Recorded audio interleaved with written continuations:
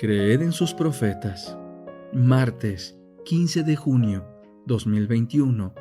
Lucas 4. La tentación de Jesús. Entonces Jesús, lleno del Espíritu Santo, volvió del Jordán y fue llevado por el Espíritu al desierto por 40 días, y era tentado por el diablo.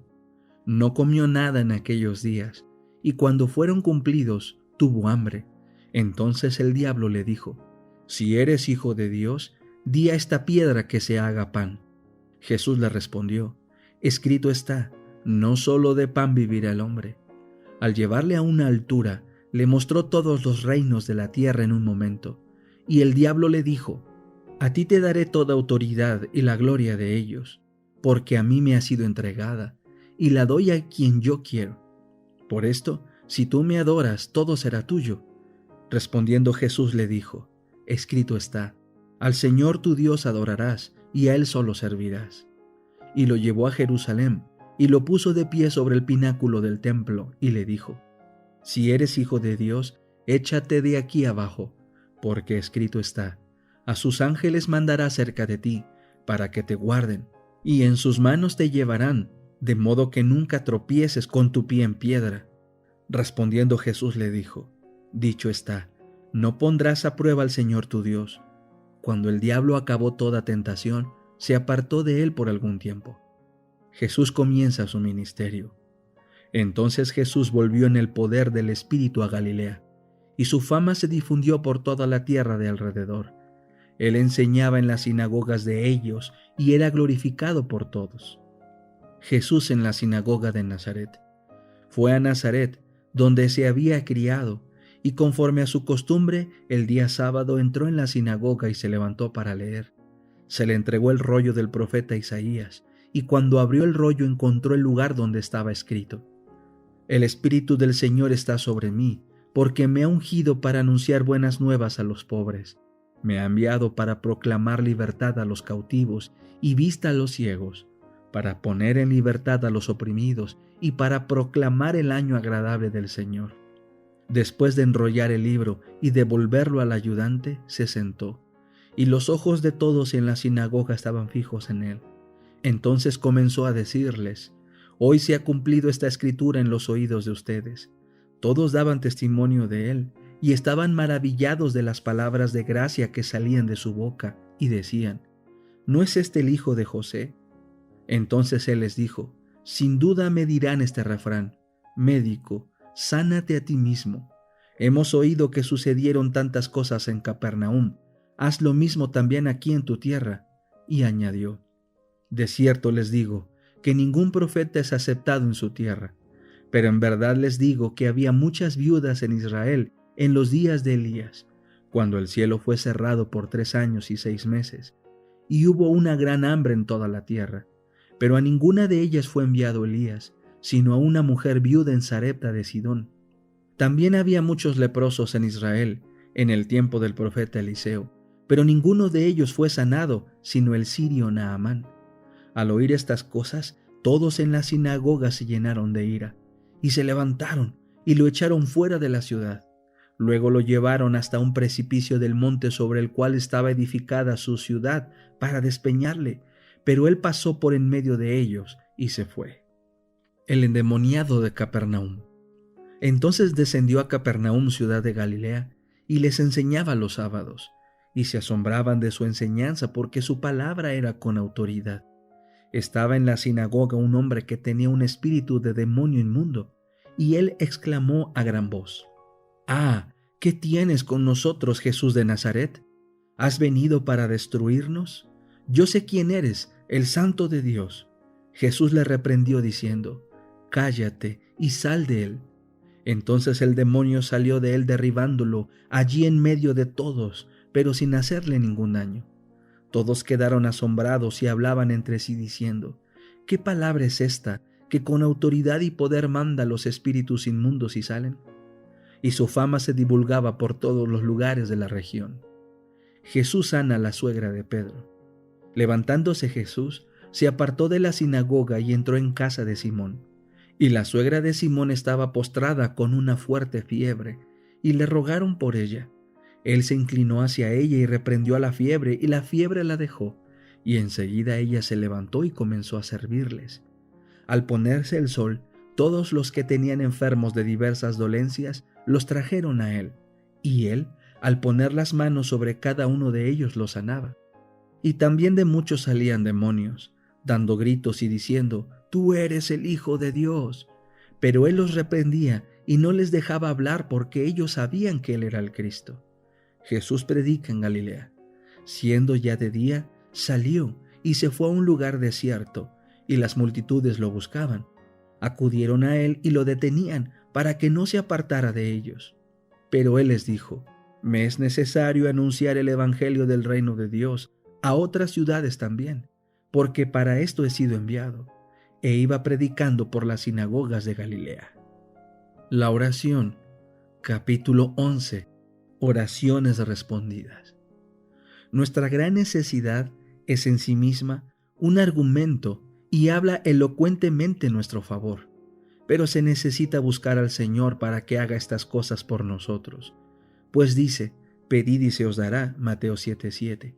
Y el que ni aun a su propio Hijo perdonó, sino que le entregó por todos nosotros, ¿cómo no nos ha de dar también de pura gracia todas las cosas juntamente con él? Romanos 8:32.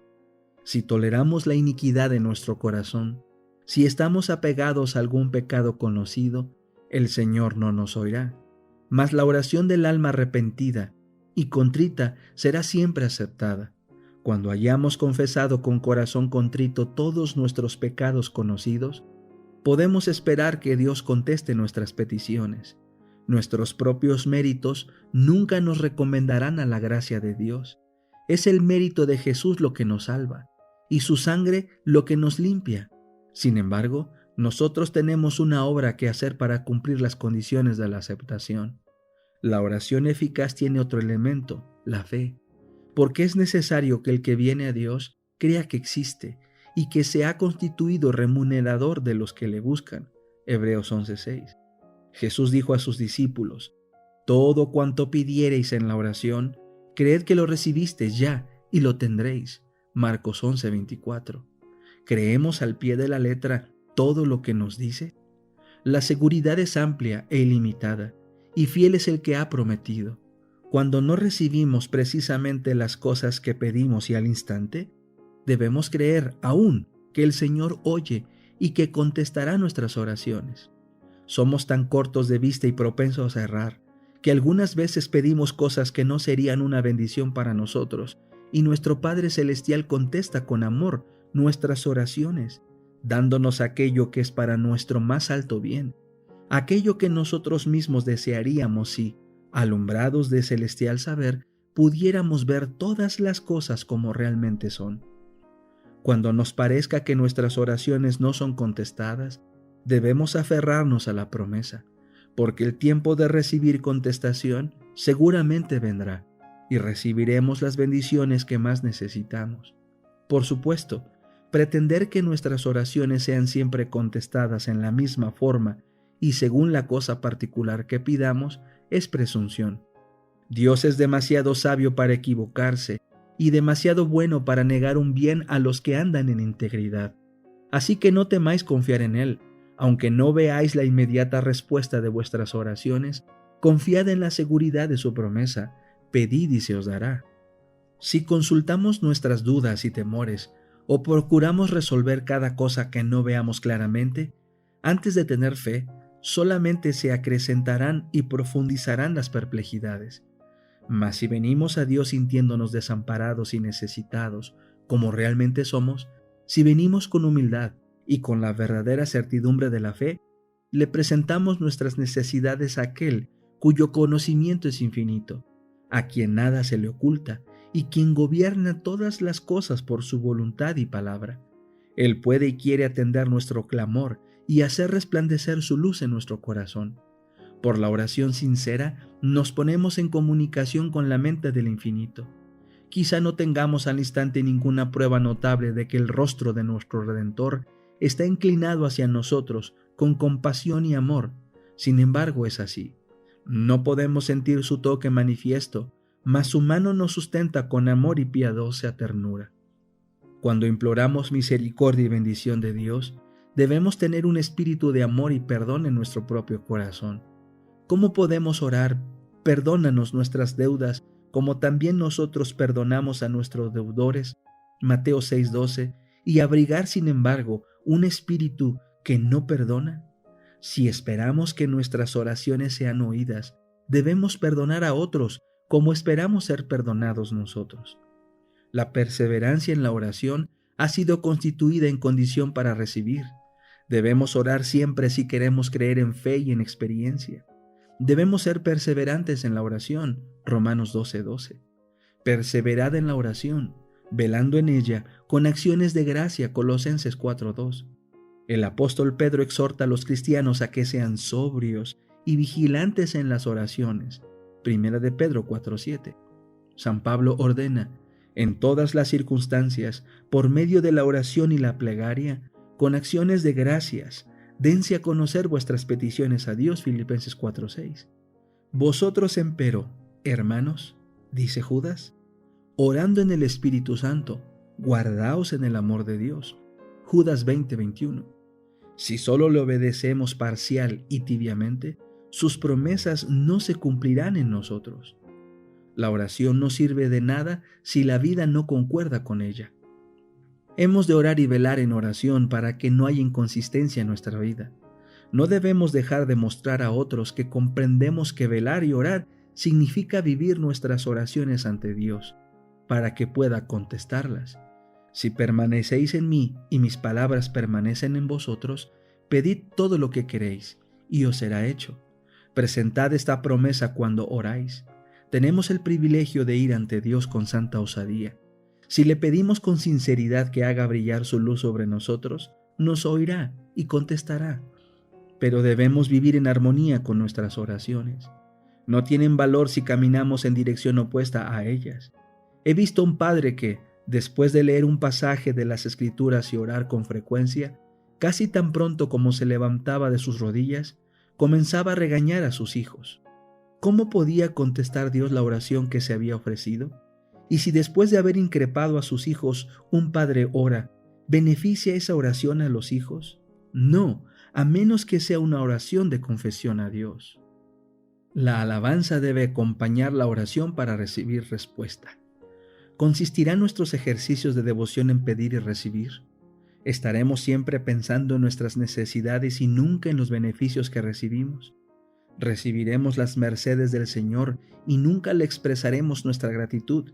¿Nunca le alabaremos por lo que ha hecho por nosotros? No oramos demasiado, pero somos demasiado parsimoniosos en cuanto a dar las gracias. Si la bondad amante de Dios provocase más agradecimiento y alabanza, tendríamos más poder en la oración. Abundaríamos más y más en el amor de Dios y Él nos proporcionaría más dádivas por las cuales alabarle. Vosotros que os quejáis que Dios no oye vuestras oraciones, cambiad el orden actual y mezclad alabanzas con vuestras peticiones.